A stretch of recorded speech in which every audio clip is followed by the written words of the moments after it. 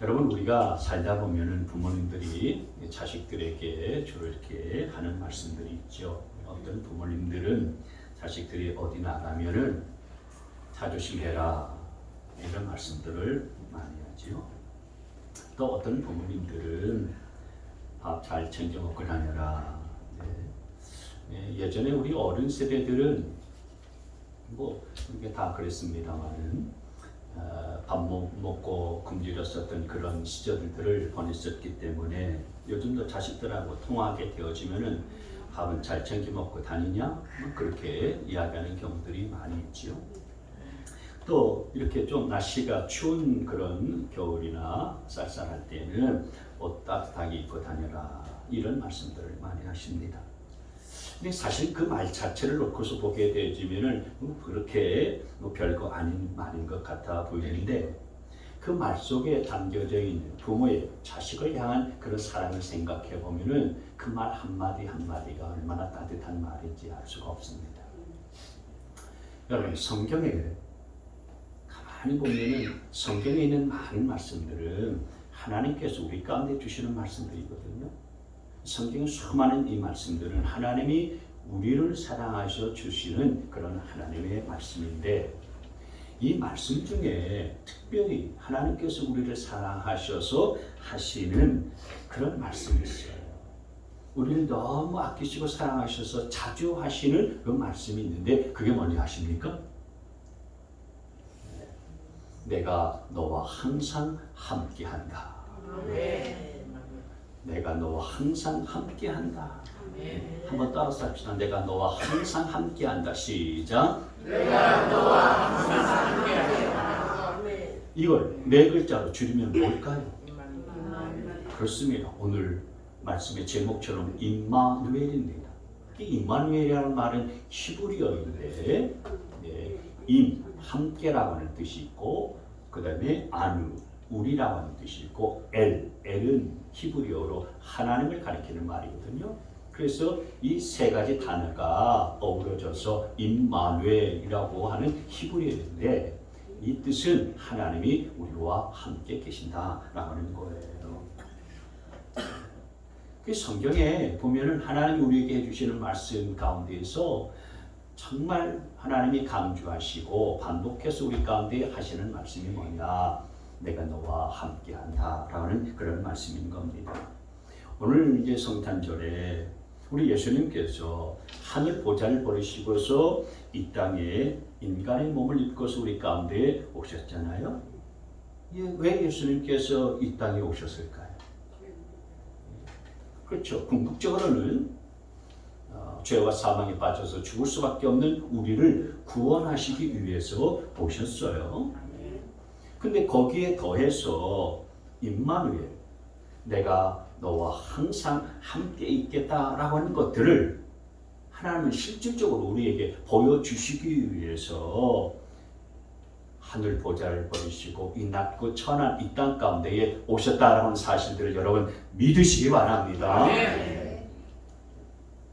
하나님이 이 성경에 그토록 강조하시고 반복해서 말씀하시는데도 불구하고 이걸 못 믿으니까, 하나님이 우리 눈에 보이지 아니하니까 하나님이 우리와 함께 하시지 않는다라고 이렇게 생각하니, 하나님께서 그걸 실제로 보여주신 사건이 뭐냐면은 성육신 사건이에요.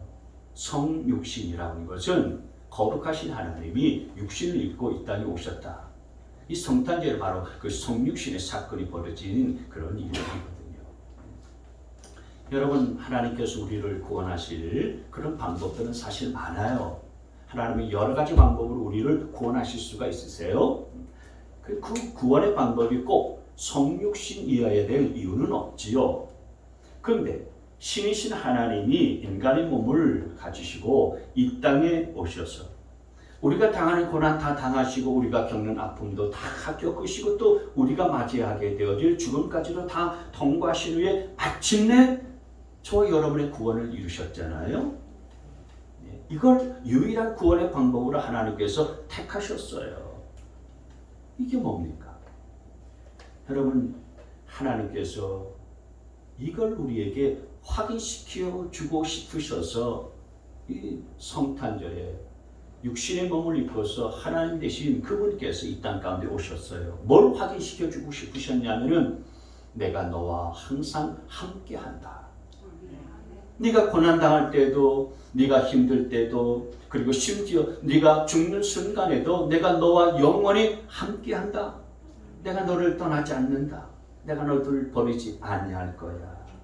이거 하나님의 자녀들에게 보여주기 위해서 성육신 하셨고, 오늘 성탄절에 하나님 되신 주님께서 이 땅 가운데로 육신의 몸을 입고 오셨다는 사실들을 기억하시기를 바랍니다. 자, 그러면 왜 하나님께서 그토록 이것을 강조하시고요, 왜 내가 너와 함께한다는 것을 이렇게 반복적으로 말씀하시는 걸까요? 여러분, 오늘 본문이 마태복음 1장의 말씀이에요. 첫 장의 말씀이고 23절 말씀이에요. 우리가 이 말씀을 읽었죠. 임마누엘, 번역하면은 하나님이 우리와 함께 계시다는 뜻이다. 이렇게 말씀을 했고요. 그리고 마태복음 제일 마지막 장 28장인데 28장 20절 말씀에 보면은 내가 세상 끝날까지 항상 너희와 함께 있을 것이다 라고 해서 마태복음이 다 맞춰요. 여러분, 어떤 사람이 어떤 말을 하게 되었을 때에 제일 강조하는 말은 어디에 두냐면은 제일 처음에 두든지, 그러니까 서두에, 서론에 두든지, 아니면 제일 끝에 두든지, 제일 말미에 결론에 두든지 그렇게 하거든요. 근데 하나님께서 우리와 함께 하신다라고 하는 사실들이 얼마나 중요하면은, 그걸 얼마나 강조하고 싶으면은 이렇게 반복해서 마태복음 제일 처음에 내가 너희와 항상 함께한다. 그리고 마태복음 제일 마지막 장 마지막 구절에 내가 너희와 항상 함께 있을 것이다 라고 이렇게 말씀했겠냐라고 하는 거예요. 내가 너희와 항상 함께한다라고 하는 것이 얼마나 중요했기에 하나님께서 이것을 그토록 그렇게 강조하시고 반복해서 말씀하시냐 이겁니다. 하나님께서 이토록 강조하시고 반복해서 말씀하시는 데는 다 이유가 있지 않겠어요? 다 하나님의 뜻이 있을 거예요. 그래서 오늘 그걸 우리가 함께 나누려고 합니다. 그게 두 가지예요. 첫 번째로 하나님께서 우리와 함께 하신다는 것을 그토록 강조하시고 반복해서 말씀하신 첫 번째 이유는 뭐냐면은 우리가 늘 두려움과 맞서 있기 때문이라는 것입니다. 같이 한번 읽을까요? 다시 시작. 우리는 늘 두려움과 맞서 있기 때문이다. 여러분, 오늘 이 본문 말씀 우리가 잘 아는 말씀이잖아요. 성탄절 때 이 말씀을 듣기 때문에 우리가 익히 들어서 아는 말씀인데 보십시오.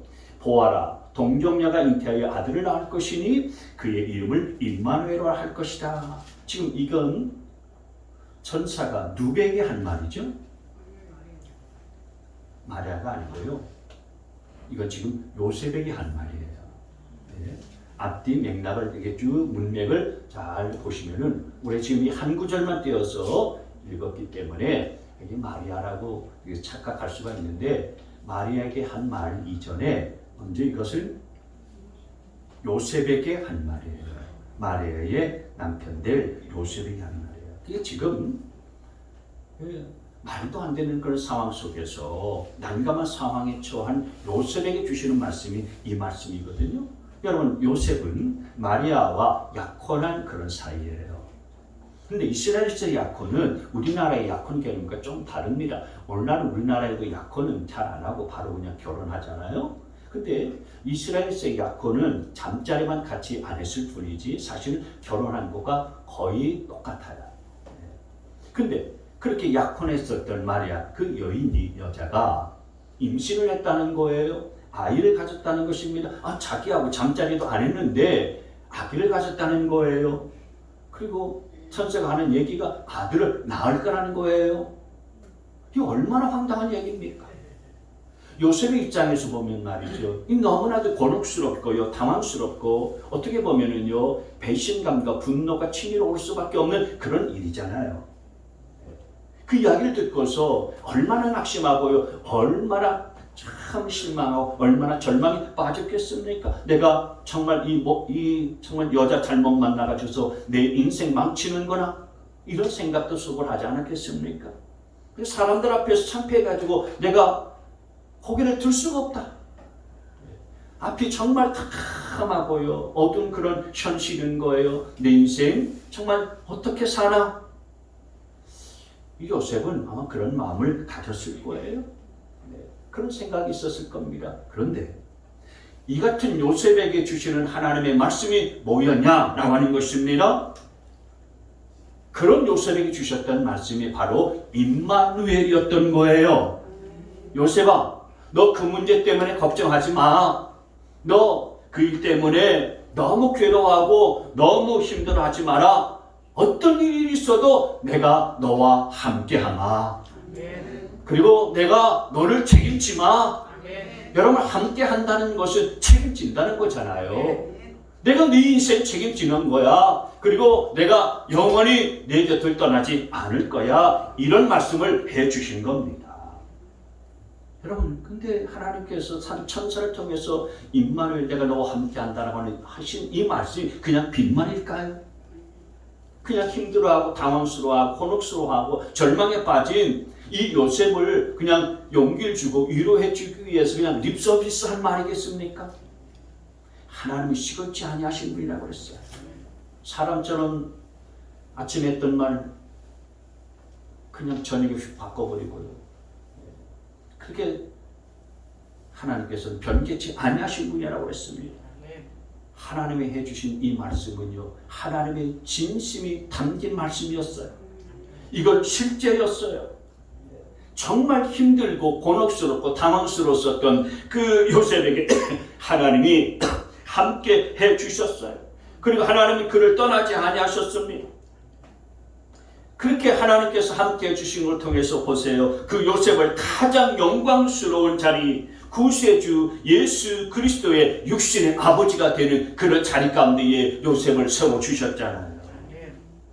하나님은 사람들 보기에 정말 부끄럽고 창피하게 보였었던 그 요셉의 인생과 함께 하셔서 그를 다시 이렇게 세워주셨고요. 그를 높여주셨고요. 그리고 모든 사람들 앞에서 가장 존귀한 인생 되게 만들어 주신 것입니다. 그렇기 때문에 여러분, 저와 여러분의 삶이 어떤 상황이 되든지 간에 우리의 삶이 어떤 말도 안 되는 그런 현실 앞에 놓여 있을지라도 우리가 꼭 기억해야 될 것은 하나님께서 나와 함께 하시면, 하나님이 내 인생을 붙들게 되어지면 저와 여러분의 삶은 요셉의 인생과 같이 놀랍도록 변하는 존귀한 인생이 된다는 사실들을 꼭 기억할 수 있게 되어지기를 바랍니다. 자, 그런데 여러분, 지금 하나님께서 함께 하신다라고 하는 이 말씀을 하나님께서는 내가 너와 함께 한다 이 말을 단독으로 사용하는 경우들은 별로 없고요. 꼭 세트로 어떤 말과 같이 사용하시거든요. 세트로. 네. 여러분, 남편과 아내는요 세트잖아요. 이렇게 함께 따라다니지 않습니까? 하나님이 이 말씀을 하실 때도 꼭 세트로 같이 사용하시는 말씀이 있어요. 그게 뭔지 아십니까? 두려워하지 말아라 라는 말씀이에요. 내가 너와 함께 한다라고 하는 말씀을 사용하실 때는 꼭 두려워하지 말라라는 말씀과 세트로 같이 쓰세요. 그래서 우리가 잘 아는 이사야서 41장 10절 말씀에 자 시작. 내가 너와 함께 있으니 두려워하지 말아라. 그렇죠? 예. 여호수아 1장 9절 말씀에도요.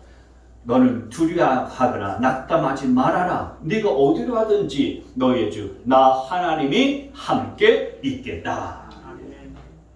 그러니 여러분, 함께 하겠다, 함께 있겠다라는 이 말씀은 하나님이 두려워하지 말라는 말씀과 세트로 함께 쓰는 것을 알 수가 있지요. 왜 그럴까요? 하나님은 우리가 인생 살면서 얼마나 두려워하는지, 주어진 그런 삶을 살아가면서도 우리가 얼마나 무서워하고 얼마나 불안해하는지, 얼마나 힘들어하는지 하나님께서는 다 알고 계시기 때문에 내가 너와 항상 함께한다라는 이 말씀을 두려워하지 말라라는 말씀으로 세트로 함께 사용하고 함께 쓰시는 거예요. 오늘 본문 1장 말씀을 우리가 23절을 봤지만은 마태복음 1장 1절부터 쭉 나오는 말씀이 무슨 말씀입니까? 족보 이야기가 쭉 나오잖아요. 아브라함이 이삭을 낳고 이삭이 야곱을 낳고 이렇게 해서 낳고 그러다가 성경 읽으시는 분들이 벌써 이렇게 뭐 낳고 지겹다 그러면서 1장 서론 부분을 읽다가 그냥 성경 못 읽겠다 덮는 부분들이 막 수두룩하지 않습니까? 근데 여러분 이 족보 이야기 가만히 쭉 보게 되어지면 믿음의 사람들의 족보가 쭉 나와요. 근데 족보가 단순히 이름만 쭉 나열된 되는 것이 아니라 족보에 나온 이름 한 사람 한 사람을 생각해 보게 되어지면 그 한 사람 한 사람의 삶을 볼 수가 있어요.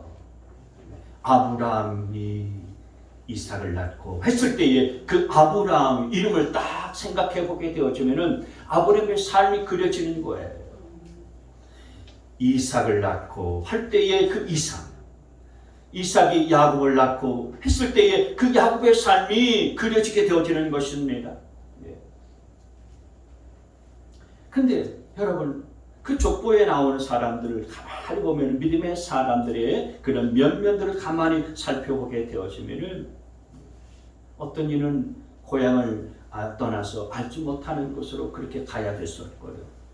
낯선 땅에 가서 자기 부인을 빼앗긴 그런 위기를 경험했었던 적도 있었고 후손이 끊기는 그런 문제도 생겼었고 또 원수한테 쫓기고 쫓겨다니는 그런 일들도 있었고 가족 분란이 일어나기도 하고 자식들이 또 강간을 당하는 그런 어려운 그런 일들을 경험하는 그런 가족들도 있었고 그리고 자식들이 부모보다 먼저 죽기도 하고 엄청난 그런 환난과 사건이 이 족보에 담겨진 이름들의 인생 속에 다 담겨져 있는 것들을 알 수가 있어요. 여러분 이건 뭘 말하겠습니까? 아무리 우리가 하나님의 자녀로 믿음의 사람으로 산다고 할지라도 우리 인생에는 이런 환난이 끊어지지 아니하고요. 그리고 사건과 사고가 수없이 일어나는 그런 인생이 나아가는 것입니다. 그리고 인생이 평안하지 않다라고 하는 거예요. 그러니 이런 평안치 아니하는 우리 인생 가운데에서 사건, 사고, 투성이 있는 그런 문제인 우리 인생 속에서 우리의 마음과 우리 심령의 상태는 어떠합니까? 늘 불안한 거예요. 마음을 놓을 수가 없는 겁니다. 그리고 늘 걱정과 염려가 앞서는 거예요. 하나님이 그런 우리의 마음을 다 아시는 겁니다. 이 참 죄 많고요, 환난 많고요, 그리고 풍파 많은 이 세상을 살아갈 때에 우리가 느끼는 불안과 두려움과 공포와 그리고 염려, 걱정을 하나님은 다 아시는 거예요. 그래서 우리에게 주시는 말씀이 뭐냐면은 내가 항상 너와 함께한다. 내가 영원토록 너와 함께할 거야. 내가 너를 지킨다. 그러니 두려워하지 마. 그 문제 앞에서 두려워하지 말고 환난 앞에서 걱정하거나 염려하지 마. 쫄지 마. 기죽지 마. 하나님이 이렇게 말씀해 주시는 거예요. 그게 임마누엘이에요. 함께 해 주신다는 거예요. 근데 여러분 더 중요한 건 뭔지 아십니까? 하나님은 제가 좀 전에 말씀드린 것처럼 그냥 립서비스만 하시는 분이 아니세요. 하나님은 그냥 말만 하고서 끝나시는 분이 아니십니다. 하나님은 그냥 위로 차원에서 우리에게 그래 자이야 내가 너와 함께한다 그렇게 말하고 끝내시는 분이 아니신 겁니다. 여러분 하나님이 함께해 주시는 이것은 실제예요. 현실이에요. 그래서 하나님이 함께 하시면요 정말 우리의 현실 속에서는 놀라운 일들이 벌어지는 것입니다.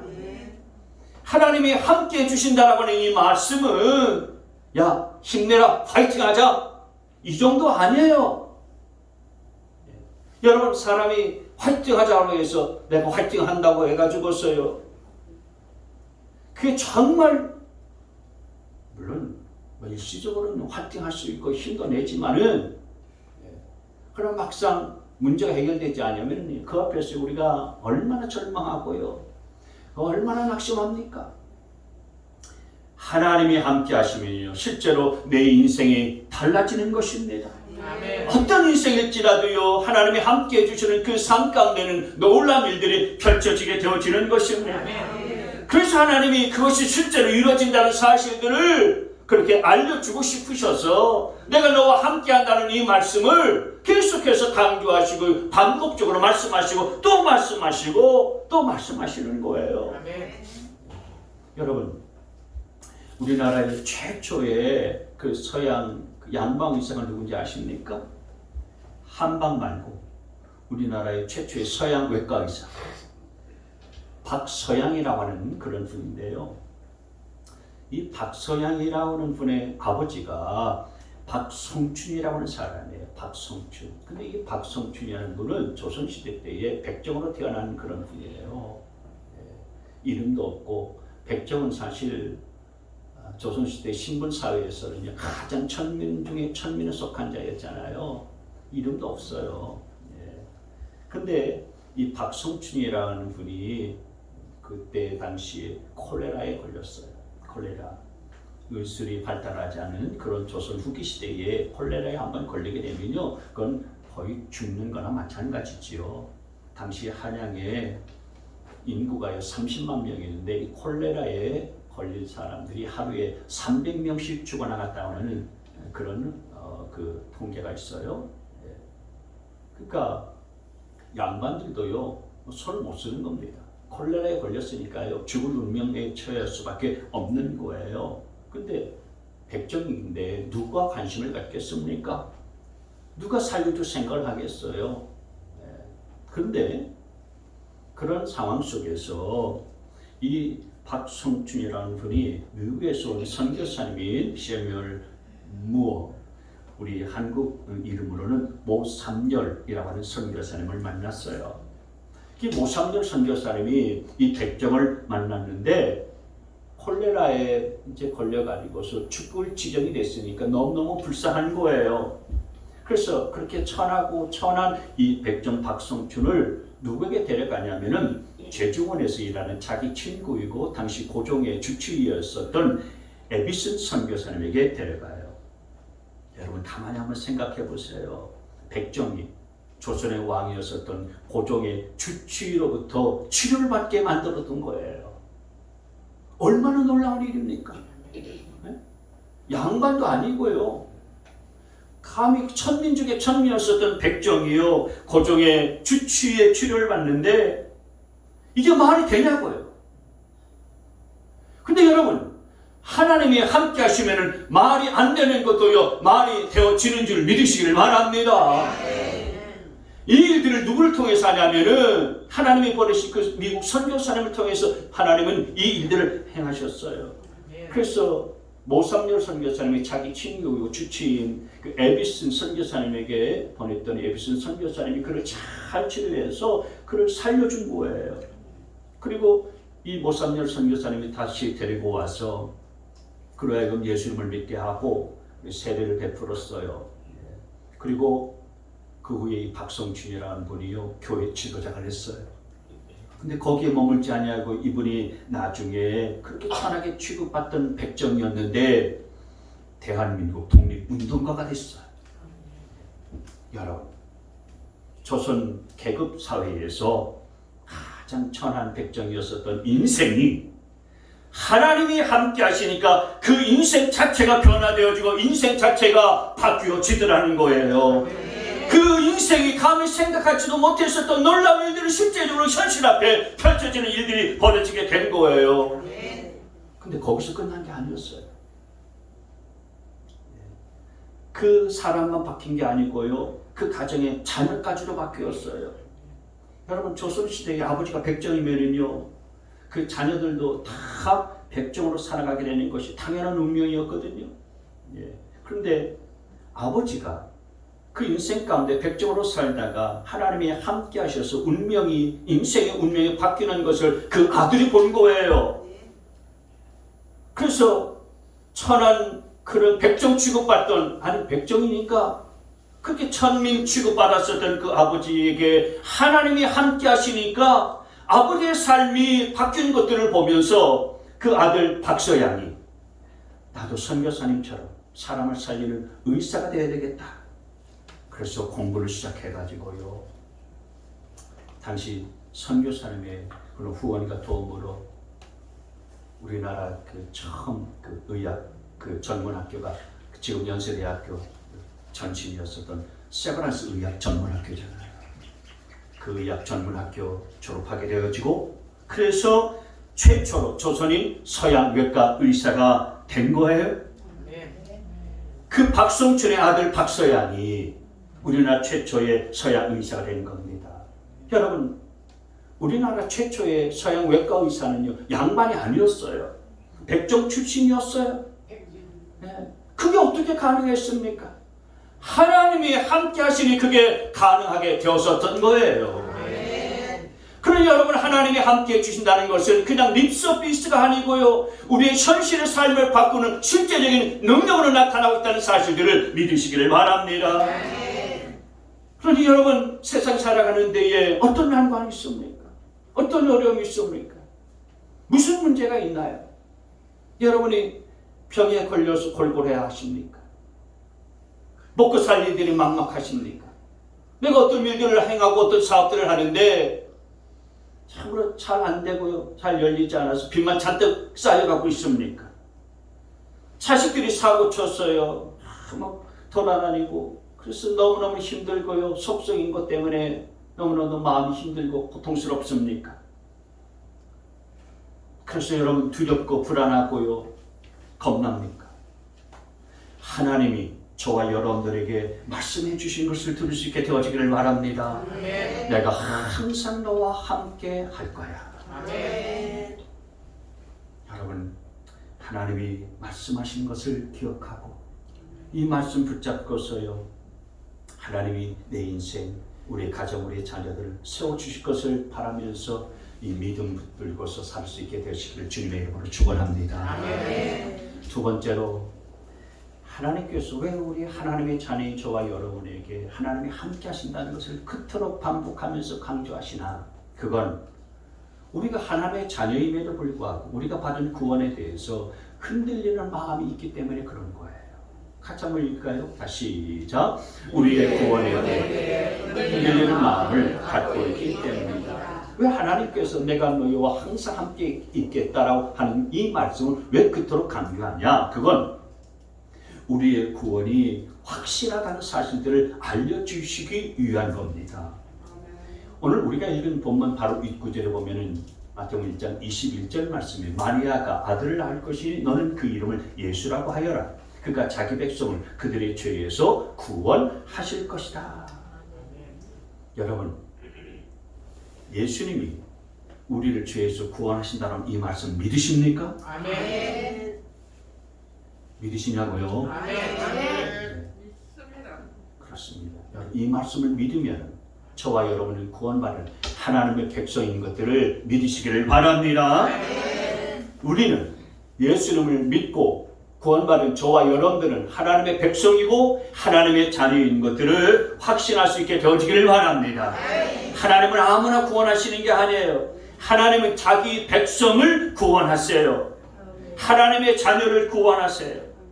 그리고 하나님은 구원받은 그 백성, 그 자녀를요 결코 떠나지 아니하세요. 버리지 아니하세요. 항상 함께 하세요. 그래서 반드시 그 구원을 이루세요. 이게 하나님의 약속이에요. 제가 지난주에 동영상으로 목회자 세미나 들은 적이 있는데요. 그 세미나에서 목회자 세미나에서 강사님이 이런 말씀을 하세요. 제발 목사님들, 성도분들의 구원을 흔들지 마세요. 성도들의 구원을 흔들지 말라, 그런 요지의 말씀을 하시더라고요.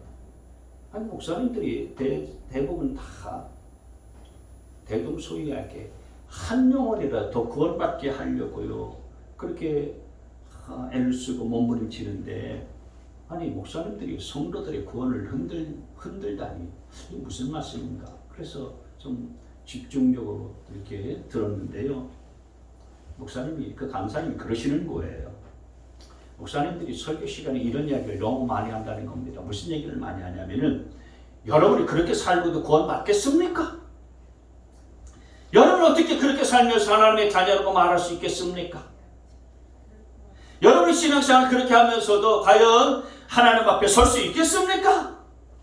그런다는 거예요. 이런 말씀들을 목사님들이 강단에서 너무너무 많이 한다는 거예요. 그러면서 성도들이 뭐가 잘못되고 뭐가 문제가 있으면은 그것을 고치라고 얘기하고 제대로 신앙생활하고 제대로 살라라고 그렇게 이야기하면 되는 거지. 그걸 왜 구원과 결부시켜서 그 구원을 흔드는 그런 말씀을 하냐? 그렇게 하지 말라라는 그런 말씀을 하시는 거예요. 그러면서 이 목사님이 하시는 얘기가 그거예요. 목회자인 여러분들이 그런 얘기를 하지 않아도 성도들은 매일매일 삶을 살아가면서 구원의 문제 때문에 흔들린다고. 성도들은 매일매일 험한 세상을 살아가면서 내가 이 모양 이 꼴로 살아가는데 내가 과연 하나님의 자녀 맞나? 이런 생각을 한다. 내가 이 모양 이 꼴로 사는데 내가 과연 천국 갈 수 있을까? 성도들도 매일매일 그렇게 살면서 이 구원의 문제에 대해서 흔들린다. 그렇게 말씀하더라고요. 근데 그 강의를 이렇게 쭉 들으면서 돌이켜보니까 저도 가끔씩 그런 얘기를 했었던 것 같아요. 그래서 하나님 앞에서 회개했습니다. 하나님, 죽을 죄를 졌습니다. 하나님 죄송합니다. 여러분, 종종 목회자인 저도 그럴 경우가 있어요.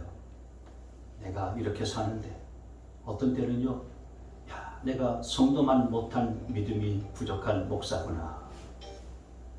내가 이렇게 게으르고 이렇게 사는데 하나님 앞에 가서 내가 무슨 소리를 들을 수 있겠나? 천국 가서 내가 하나님의 얼굴을 어떻게 뵙겠냐? 여러분, 저도요 가끔씩 그런 생각할 때가 있습니다. 그래서 이렇게 막 흔들린다는 구원이 흔들린다고 하기보다는요, 제 마음에 그런 찔림이 있습니다. 그런데 중요한 것은 그럴 때마다 하나님께서 자기야 괜찮다. 너 그것 때문에 너무 걱정하고 그것 때문에 두려워하지 마. 그것으로 인해서 너 너무 그렇게 부끄럽게 생각하지 마라. 네가 어떻게 해도 나는 너와 함께 한다. 네가 어떤 모습일지라도 나는 너를 떠나지 않을 거야. 나는 너를 버리지 않을 거야. 네가 어떤 모양으로 있을지라도 나는 너와 항상 함께하고 있어. 여러분, 저와 여러분들 붙들어야 될 말씀이 바로 이 말씀인 줄 믿습니다. 여러분, 부모된 저와 여러분들이, 우리 자녀들이 속속이고요, 자녀들이 말 안 듣고요, 자녀들이 하라고 하는 대로 안 한다고 해가지고요, 여러분 그 자식 버리십니까? 그 자식 나와 상관없다라고 그렇게 얘기할 겁니까? 그 자식 내 자식이 아니라고 그렇게 말하는 부모 있습니까? 인간 부모도 그렇게 하지 않잖아요. 하물며 하나님 아버지께서 저와 여러분들이 좀 죄를 지었다고 좀 잘못했다고 해서 우리를 버리시겠습니까? 우리를 나 몰라라 내 동댕이 치시겠냐 말이죠. 누가 그런 말 하겠습니까? 어떤 사람이 그래? 우리 하나님은 절대로 그렇게 하시는 분이 아니신 것을 기억하시길 바랍니다. 성경 어느 곳에도 하나님께서 내가 너 때문에 못 살겠다. 너 이제 나하고 더 이상 관계없는 자야. 성경 어디에도 그렇게 말씀하신 적이 단 한 구절도 없어요. 그러니 여러분, 흔들리지 않게 되어지기를 바랍니다. 저와 여러분들이 하나님의 은혜로 말미암아 구원 받았으면 그 구원이 흔들림이 없게 되어지기를 축복합니다.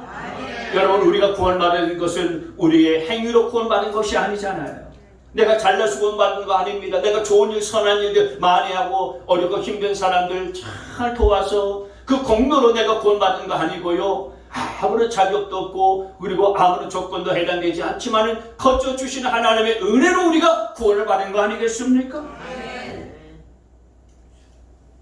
그래서 우리는 구원받았기 때문에 이 땅에서 천국 같은 삶을 사는 것이고 우리 육체는 언젠가는 다 죽을 때가 오게 되어질 텐데 그때에 저와 여러분 다 천국 가게 된다는 사실들을 믿으시기를 바랍니다. 그 구원을 여러분 흔들지 말라는 거예요. 여러분 그 구원을 흔들면 어떤 일들이 벌어지는지 아십니까?